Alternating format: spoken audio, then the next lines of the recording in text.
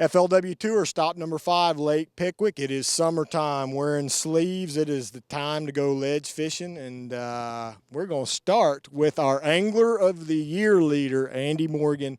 I want to talk, Andy, I know last year when you won Angler of the Year, we talked about simple. You keep things simple on your boat. You one depth finder, you know, on the console, one in the front. All these other guys got these big screens and everything.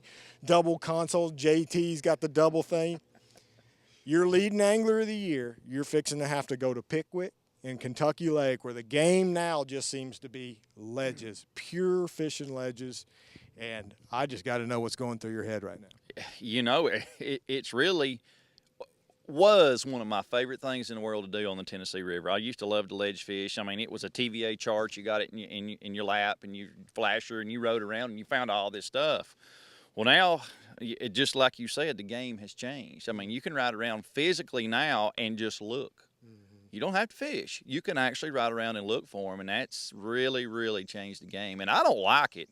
You know, it's really put a lot of people out there that back in the day didn't want to do the work. You know what I mean? I mean, you had to go down long, expansive ledges, and you had to fish the whole thing to find a couple of schools that was on it. That's not the case anymore, and it's put a lot of people out there. It's really crowded, and it's not in my favor.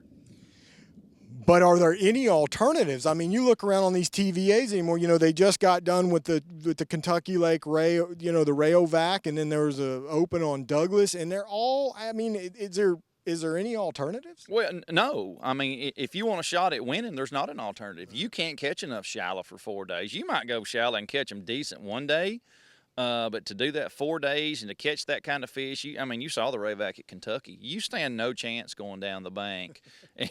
You've got to go out there and still, I mean, you still have to go fish the community holes with 10 other boats. That's where the winning strings live. Mm-hmm. And you'll see probably somebody win. They'll kind of cripple in and get into the cut. Then, you know, you get all the anglers off the water the last 2 days. They'll probably sit on the community hole and catch 25 pounds. Yeah.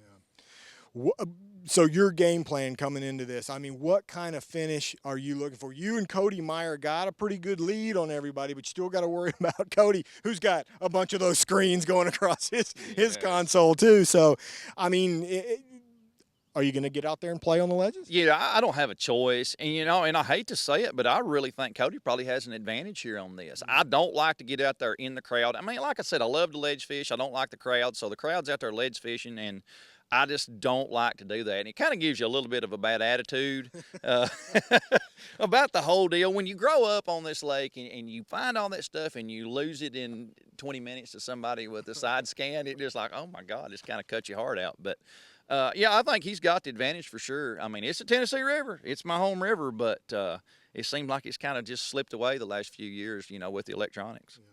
Do you even have your side scan hooked up, or are you just going pure 2D sonar? You know, actually I do, and I just hooked it up yesterday before I came down here. It's funny you called yesterday, and I was running around on Chickamauga making sure my side scan actually worked. But I used it for a couple hours this morning, then finally said to heck with it, and I just started going fishing and just going down really long stretches, you know, and caught a few fish like that. But the winning schools, I mean, that's not going to be the game.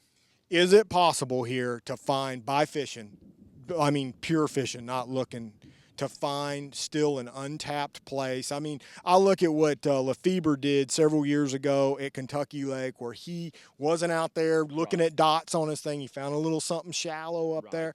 Is there a needle in a haystack on this lake? No, I don't think there is. Not right now. You can say advance it 3 weeks, maybe. But I think these fish are out here pretty deep still, and they're piled up on very obvious places. Okay. And I think that's where it'll be one at. The sneaky spots, I don't think will play a factor. One last question here on Lake Pickwick this week. Give me one of your favorites you're looking at. I know you like that Michael Neal kid. He's pretty good with the electronics. I mean, who else you looking at? Man, you'd have to say Brian Thrift. I mean, when it comes to electronics, Brian has been doing this actually for a long time, and I think he's probably got it dialed in as good as anybody. Michael Neal and Brian Thrift, I would say they'll be in the top 10. Okay. Thanks, Andy. Appreciate it.